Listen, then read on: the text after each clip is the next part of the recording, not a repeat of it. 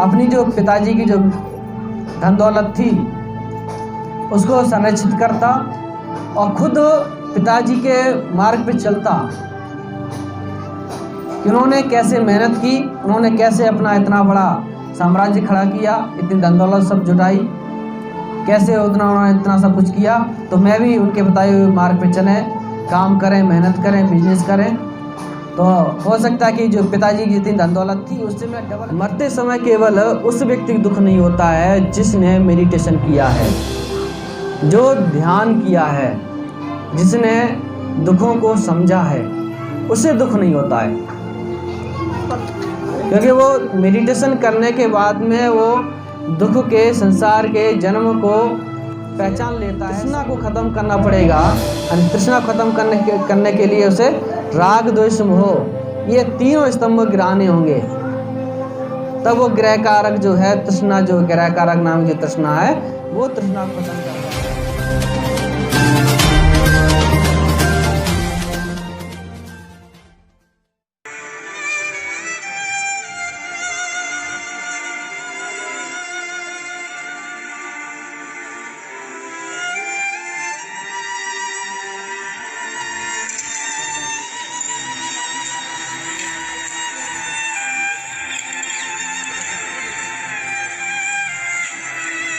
बुद्ध पूजनीय डॉक्टर बाबा साहब अम्बेडकर, उपस्थित उपासक उपासिकाएं, शोकाकुल परिवार एवं बच्चों, आज आप लोग बीच में से उपासक रामपत जी नहीं रहे। आज उनके लिए आप लोगों ने मंगल कामनाएं की। अभी प्रार्थना पाठ को शांतिपूर्वक सुना और अच्छे से मंगल कामनाएं की। अभी महान बुद्ध ने संसार में चारों तरफ दुख ही दुख बताया। प्रथम धम्मचक्कप्रवर्तन सूत्र में महान बुद्ध ने दुख के जो कारण बताए कि जो दुख है, पहले तो एक पहला सत्य है कि संसार में दुख है। दूसरा कारण है, जब दुख है तो उसका कारण भी होगा, बिना कारण के कुछ नहीं। आज मैं यहाँ बैठा हूँ, आप सब लोग बैठे हैं, कारण है। आप लोग संसार में आए वो भी कारण है। कोई भी काम करते हैं किसी कारणवश करते हैं, बिना कारण के कोई व्यक्ति कुछ काम नहीं करता। तो जो कारण है तो उसका निवारण भी होगा, उसका अंत भी होगा। तो वही महान बुद्ध ने कहा है, संसार में दुख है, दुख का कारण है और दुख का निवारण भी है, उसका मार्ग भी है। संसार में महान बुद्ध ने कहा है, जाति भी दुखा, जरा भी दुखा, व्याधि भी दुखा, मरना भी दुखा, अम्पियई संपयोग दुखो, पियई विपयोग दुखो, यम पिछना लवति तंपि दुखन संख्यतेन पंच उपादान खंदा दुखा। यानी 5 उपादान इसका जो खंड है वही दुख है। यानी रूप, वेदना, संज्ञा, संस्कार जो है क्या दुख है। व्यक्ति को जन्म लेता है, दुखों में पड़ जाता है। महान बुद्ध ने सबसे पहले बताया कि जन्म लेना ही सबसे बड़ा दुख है, और जन्म से ही दुख शुरू हो जाते हैं। दुख ऐसा नहीं कोई परेशानी आती तभी दुख होता है। आपको हर मोड़ पे, हर समय व्यक्ति दुख में ही रहता है। जन्म लिया, जन्म लेते ही बच्चा रोने लगता है, बड़ा होता है किसी कारण के या किसी वस्तु के लिए, किसी चीज़ के लिए या किसी भी के लिए बच्चा रोता है। बड़ा होता है तो और भी उसकी लालसाएं बढ़ती हैं, तृष्णाएं बढ़ती है, और चाहिए कि एक तृष्णा बढ़ जाती है, फिर रोता है। तो संसार में महान बुद्ध ने कहा है कि व्यक्ति को जो प्राप्त करना चाहे ना मिले तब भी दुख है, और जो चाहता नहीं है और वो चीज़ मिले तब भी दुख है। और आदमी नहीं चाहता कि मुझे किसी प्रकार का कष्ट हो, लेकिन फिर भी कष्ट मिलता है तब भी दुख होता है। आदमी चाहता है मैं सुखपूर्वक रहें, ज़्यादा गर्मी ना हो या ज़्यादा बारिश ना हो, ज़्यादा सर्दी भी ना पड़े, लेकिन वो होता है, दुख होता है, अनुभव होता है दुख का। या आपका कोई प्रिय, जैसे अभी उपासक जी आप परिवार से नहीं रहे तो आपके प्रिय हैं, आपके प्रिय कोई व्यक्ति ना रहे तब भी दुख होता है। और कोई अप्रिय मिले, यानी जिसको आप लाइक नहीं करते हैं, पसंद नहीं करते हैं, वो आपके सामने आए तब भी आपको अंदर दुख होता है। आप बीमार पड़ जाएं तब भी दुख होता है। बुढ़ापा आ जाए तब भी दुख होता है, क्योंकि बुढ़ापा आ गया है, अब नाना प्रकार की दिक्कतें होने लगी, शरीर काम नहीं करता है, इंद्रियां काम नहीं करती हैं, कम दिखाई देने लगता है, कम सुनाई देने लगता है, शरीर पूर्ण रूप से साथ नहीं देता है, दुख होता है। जब व्यक्ति मरता है तो मरते समय दुख होता है।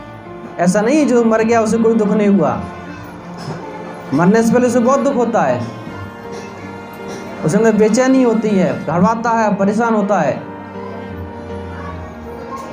कि मैं संसार छोड़ के जा रहा हूँ, मेरे सभी याति बंधु या मेरे रिश्तेदार, मेरे प्रिय, मेरे बच्चे, उनका क्या होगा, या मेरा दुश्मन जिंदा है, मैं मर रहा हूँ, मैंने इस चीज़ का सुख नहीं भोग पाया, मैं मर रहा हूँ, मुझे अमुक वस्तु नहीं मिली, मैंने उसका सुख नहीं भोग पाया, मुझे वो चीज़ नहीं मिली, मैंने इस चीज़ का भोग विलासा जिंदगी नहीं जी पाया, दुख हुआ। मरते समय केवल उस व्यक्ति को दुख नहीं होता है जिसने मेडिटेशन किया है, जो ध्यान किया है, जिसने दुखों को समझा है, उसे दुख नहीं होता है, क्योंकि वो मेडिटेशन करने के बाद में वो दुख के, संसार के जन्म को पहचान लेता है, समझ लेता है, और फिर वो दुखों में नहीं पड़ता। वो जानता है कि मृत्यु है, ये सच है, मृत्यु होनी है, तो परेशान नहीं होता है, घबराता नहीं है, इसलिए उसे दुख नहीं होता है और वो खुशी खुशी मर जाता है, संसार छोड़ के चला जाता है सुखी सुखी। आपने देखा हो कि बहुत से ही व्यक्ति ऐसे होते हैं जिसके चेहरे पे प्रसन्नता या फिर एक अलग से झलक होती है, नहीं तो बहुत से मरते समय लोगों की ऐसे बेचैनी सी, चेहरा बिल्कुल एकदम भयानक सा होता है। तो वो सब क्या है, दुख के, या कह लीजिए बहुत जो पाप कर्म हैं उनका कुछ ना कुछ व्यक्ति के अंदर जो संस्कार है वो बने रहते हैं, उनके कारण व्यक्ति को दुख होता है। तो संसार में दुख है। अब उसका कारण क्या है? अब कारण जो है वो मेन जन्म है, लेकिन जन्म क्या है उसका? तृष्णा, भव तृष्णा, विभव तृष्णा, यानी व्यक्ति को तृष्णा से ही व्यक्ति का जन्म होता है, और तृष्णा खत्म हो जाए तो व्यक्ति का जन्म नहीं होगा। तृष्णा क्या क्या है? तृष्णाएं जो है वो क्या नाम, भव तृष्णा, विभव तृष्णा, यानी जो भोग विलासा की जो तृष्णा, सुख की तृष्णा, और तृष्णा के जो साथी है राग दोष मोह, यानी तीन प्रकार से व्यक्ति की जो तृष्णा है वो जकड़ी रहती है। हर व्यक्ति के अंदर से राग द्वेष मोह, कोई भी एक चीज़ खत्म हो जाए तो वो दुखों को धीरे धीरे ख़त्म करने लगता है, और वो अंत में तीनों चीज़ों को ख़त्म कर देता है, दुखों से मुक्त हो जाता है। बार बार वो भव चक्र में नहीं पड़ता है, यानी जन्म नहीं लेता, लेकिन उसे तृष्णा को ख़त्म करना पड़ेगा। यानी तृष्णा खत्म करने के लिए उसे राग द्वेष मोह, ये तीनों स्तंभ गिराने होंगे, तब वो ग्रह कारक जो है तृष्णा, जो ग्रह कारक नाम जो तृष्णा है वो तृष्णा को खत्म कर पाएगा, तभी व्यक्ति को दुख नहीं होगा, यानी जन्म नहीं होगा व्यक्ति का। मनुष्य आप लोगों को जीवन मिला है, मनुष्य जीवन मिलना बहुत दुर्लभ है। धम्मपद महान बुद्ध ने एक जगह कहा है, मनुष्य का जन्म होना दुर्लभ है, मनुष्य रूप में जन्म लेना दुर्लभ है, उससे भी ज़्यादा दुर्लभ है सधम्मों को सुनना, उससे भी ज़्यादा दुर्लभ है भिक्षु संघ के दर्शन करना, और उससे भी ज़्यादा दुर्लभ है भगवान बुद्ध के दर्शन करना। अब हम लोगों के इतने पुण्य कर्म हैं कि सधम्मों को सुन रहे हैं, भिक्षु संघ के दर्शन कर रहे हैं, सधम्म के मार्ग पर चल रहे हैं, लेकिन उतने ज़्यादा पुण्य नहीं है जो भगवान बुद्ध के दर्शन कर पाते। उनके द्वारा मुख से निकली वाणी को सुन पाते। असित ऋषि इसीलिए रोए थे जब उन्होंने भविष्यवाणी की थी ये बुद्ध बनेंगे आगे चल के, तो पहले तो वो प्रसन्न हुए, अब प्रसन्न इसलिए हुए कि ये बुद्ध बनेंगे, और बाद में रो पड़े। रोए वो इसलिए कि ये इनकी वाणी नहीं सुन पाऊंगा मैं, इसलिए वो रोए। तो हम लोगों के इतने पुण्य नहीं रहे या उतने पुण्य नहीं थे जो हम बुद्ध के दर्शन कर पाते, लेकिन इतने पुण्य हैं हम लोगों के कि हम बुद्ध के एक मूर्ति रूप में दर्शन कर रहे हैं, उनके जो सधम्म है उसको सुन रहे हैं, भिक्षु संघ है उसके दर्शन कर रहे हैं। इतना पुण्य है तो उस पुण्य का आप सदुपयोग करें। मनुष्य जीवन जो मिला है, मनुष्य जीवन आनंद का है, बहुत दुर्लभ जीवन है। ये दुर्लभ जीवन कैसे है इसका कोई पता नहीं है, कब ये नष्ट हो जाए, कब क्या हो जाए शरीर का कुछ नहीं पता। आप कोई वस्तु बनाते हैं या मकान वगैरह बनाते हैं, कोई बिल्डिंग बनाते हैं, उसकी आप एक टाइम सीमा एक बता सकते हैं कि ये 50 साल 100 साल 150 साल 200 साल तक बने रहेगा, इसको कोई कुछ नहीं बिगाड़ सकता। लेकिन मनुष्य शरीर का कोई कुछ नहीं कह सकता। एक क्षण में शरीर का कब नष्ट हो जाए ये कुछ नहीं पता। और हमारा शरीर क्षण क्षण जल रहा है, बदल रहा है, चेंज हो रहा है। जैसे बल्ब जो है वो जलता बुझता है लेकिन दिखाई नहीं पड़ता, उसी प्रकार से हमारा जो शरीर है, हमारी बॉडी है, ये परिवर्तन हो रही है, लेकिन हम इसको समझ नहीं पाते हैं, पता नहीं लग पाता है। भगवान बुद्ध ने कहा है कि एक के आगे 22 बिंदी लगा दो, इतनी बार 1 सेकंड में शरीर हमारा चेंज हो जाता है। जब आप लोग यहाँ आए थे और कुछ थे, अभी मैं यहाँ बैठा हूँ, मैं अभी और कुछ हूँ। आदमी परिवर्तन हो रहा है, बदल रहा है, नष्ट हो रहा है, बिगड़ रहा है, बन रहा है, बिगड़ रहा है, बन रहा है। ये परिवर्तनशील है, रहने वाला नहीं है, सब कुछ अनित्य है। भगवान बुद्ध ने कहा है संसार में जो भी आप वस्तु देखते हैं अपनी आँखों से, सब कुछ नष्ट होने वाला, सब कुछ खत्म होने वाला, कुछ भी रहने वाला नहीं है। संसार में जो भी व्यक्ति आता है, जो भी वस्तु होती है, सब कुछ एक दिन उसको खत्म होना होता है। पहले वो बच्चा है, एक छोटा है, या एक जैसे पेड़ है, वो भी पहले क्या पौधा रहता है, बाद में वो बढ़ जाता है, अंगावस्था में पहुंच जाता है, विशाल हो जाता है, उसके पेड़ बन जाते हैं, और बाद में वो सूख करके ख़त्म हो जाता है। उसमें हमारा शरीर है, बड़ा हुआ, बड़ा होते होते बाद में फिर क्या गिरते चला जाता है। लेकिन हमने जो हमारा जो जीवन है, उस जीवन में मैंने कितने पुण्य कर्म किए, क्या क्या कर्म किए, उसका आपके जीवन में बहुत बड़ा महत्व रहता है। आप जैसे कर्म करेंगे, आपके कर्म ही आपका हमेशा साथ रहते हैं, बाकी आपका शरीर साथ नहीं देगा। भगवान बुद्ध ने संपद में एक जगह और भी कहा है कि शरीर जो है ये हमारा नहीं है। अगर शरीर ये आपका होता तो आप जैसा चाहते ऐसा शरीर बनता, आपके अनुसार ही शरीर में परिवर्तन होता। फुंसी निकल आते हैं, फोड़े निकल आते हैं, या कहीं भी कुछ भी चीज़ हो जाती शरीर में, दाने पड़ जाते हैं, तो ये अगर आपका शरीर होता तो आपके अनुसार चलता, लेकिन ऐसा नहीं है। तो शरीर आपका नहीं है तो दूसरे चीज़ों से या फिर दूसरे शरीर से कैसा लगाव। तो बुद्ध ने कहा है कि इसीलिए सब कुछ संसार में अनित्य है। शरीर ही आपका नहीं तो संसार में मैं तेरा तेरा तेरा मेरा क्या। इसलिए इस सब चीज़ों को छोड़ देना चाहिए, बुद्ध ने कहा है, और सत्य के मार्ग पर चलते हुए दुखों को नष्ट करते हुए आगे बढ़ना चाहिए। सद्धर्म के मार्ग पर चलते हुए, ध्यान करते हुए, हर व्यक्ति ध्यान करेगा तभी संसार से मुक्त हो सकता है, तभी इन सब चीज़ों को समझ सकता है। अगर वो ध्यान नहीं करेंगे तो दुख क्या है, सुख क्या है, अच्छा क्या है, बुरा क्या है, हमारे लिए क्या उचित है, क्या अनुचित है, वो व्यक्ति नहीं समझ पाएंगे। हम लोग संसार में आते हैं और अपने माता पिता के बताए मार्ग पर चलते रहते हैं। एक पीढ़ी बीत की दूसरी पीढ़ी आई, वो भी माता पिता के अनुसार काम करती रहती, चलती रहती है। कहते हैं हमारे दादा परंपरा से चल रहा है। एक पीढ़ी ने जो काम किया वो दूसरी पीढ़ी जब आती है तो वो परंपरा बन जाती है।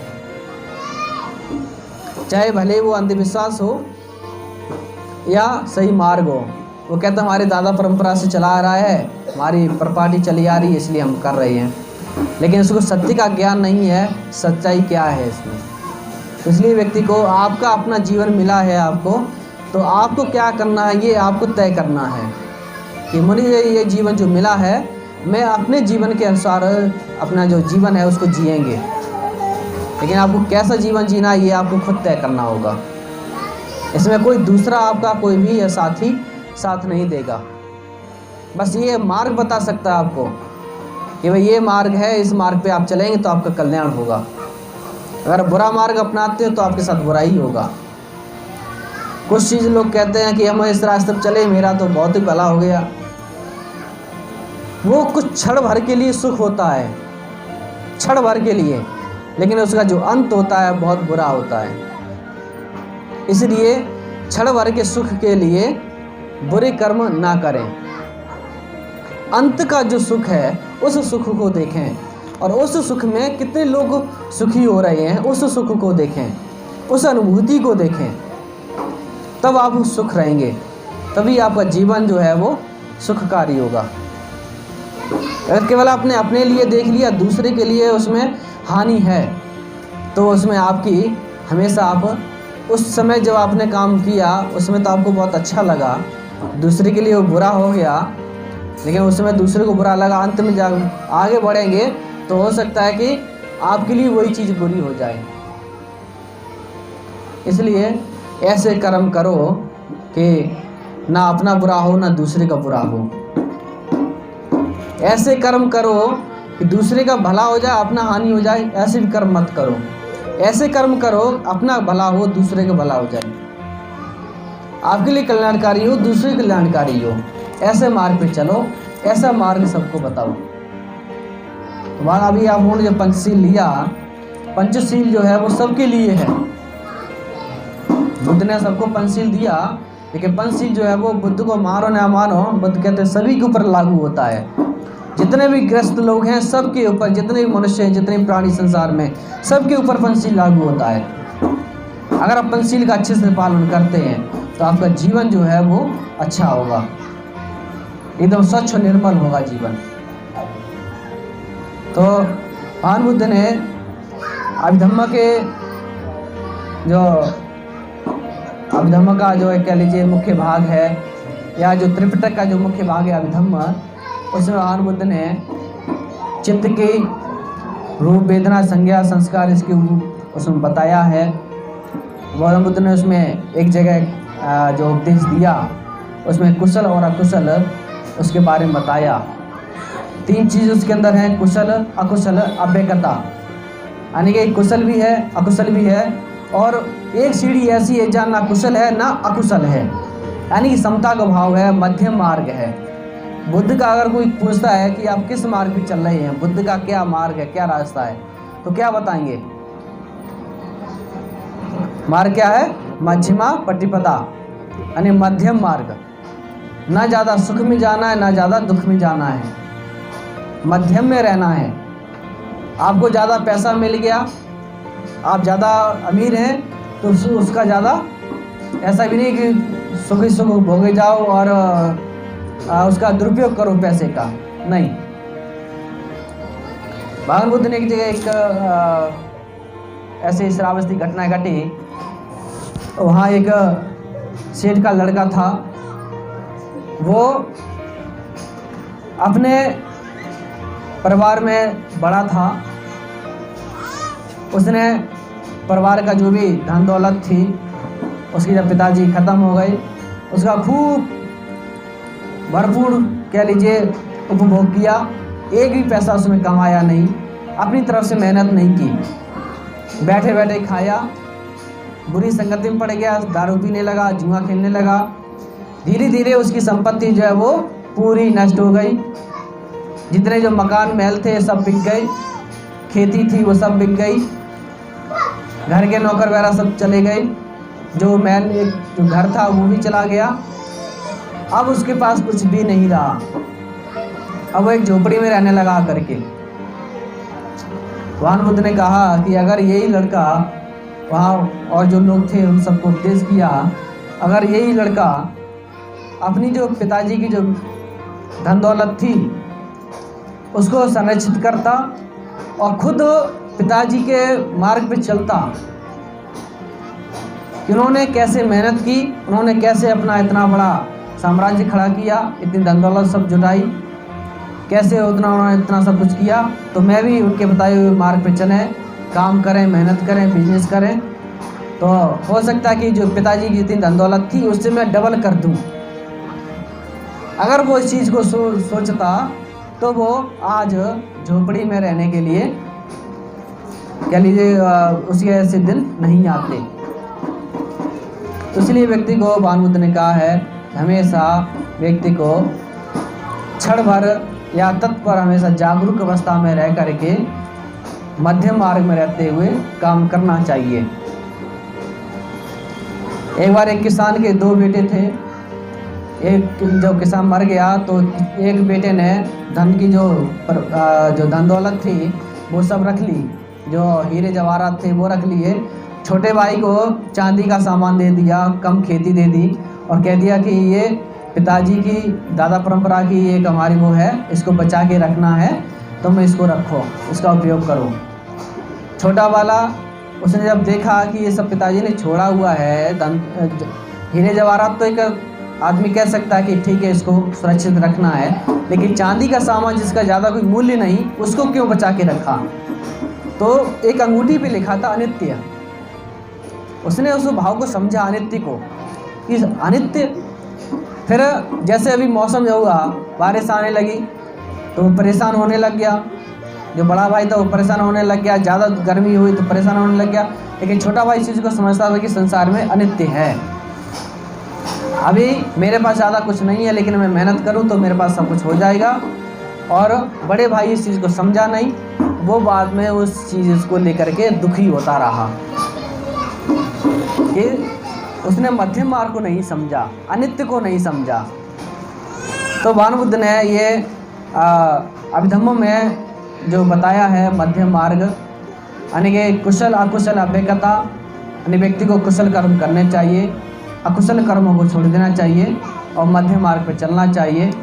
तो मैं अभी मौसम बिगड़ रहा है, बारिश हो रही है, तो मैं ज़्यादा नहीं कहते हुए मैं सोचा था थोड़ा सा और इसको विस्तार से अभिधम्म का थोड़ा सा भी था संबंध, थोड़ा सा अच्छे से समझा था, लेकिन मौसम को देखते हुए मैं प्रवचन अपना ही समाप्त करते हैं। आप लोगों के लिए मंगल कामना करते हैं, आप सभी परिवार का कल्याण हो, सभी सुखी हो, सभी दीर्घायु हो और जो परेशानी, जो दुख, जो कष्ट आप परिवार पाए हैं वो सभी दूर हो जावें और परिवार मिलकर के जो जिम्मेवारी जो परिवार का मुखिया संभाल रहा था, अब परिवार के सभी लोग मिलकर के उस जिम्मेवारी को संभालें। यही परिवार को एक रखने की जिम्मेवारी है, सब मिलके रहें तभी परिवार आगे बढ़ता है। अगर परिवार का मुखिया नहीं रहा है तो सब लोग मिल कर के आगे बढ़ें, तभी आप लोगों का जीवन जो है वो सुखकारी होगा, मंगल हो, आपका कल्याण हो, सुखी हो। भवतु सब मंगलम, भवतु सब मंगलम, भवतु सब मंगलम। साधु साधु। अब वो सब में पानी कंपति नमे उदकं वट्टं यथा निन्नं पवत्तति एवमेव इतो दिन्नं पेदनं कंपति। भवतु सब मंगल रखन्तु सब देवता सब बुद्धानुभावेन सब धम्मानुभावेन सब संघानुभावेन सदा सोते भवन्तु ते।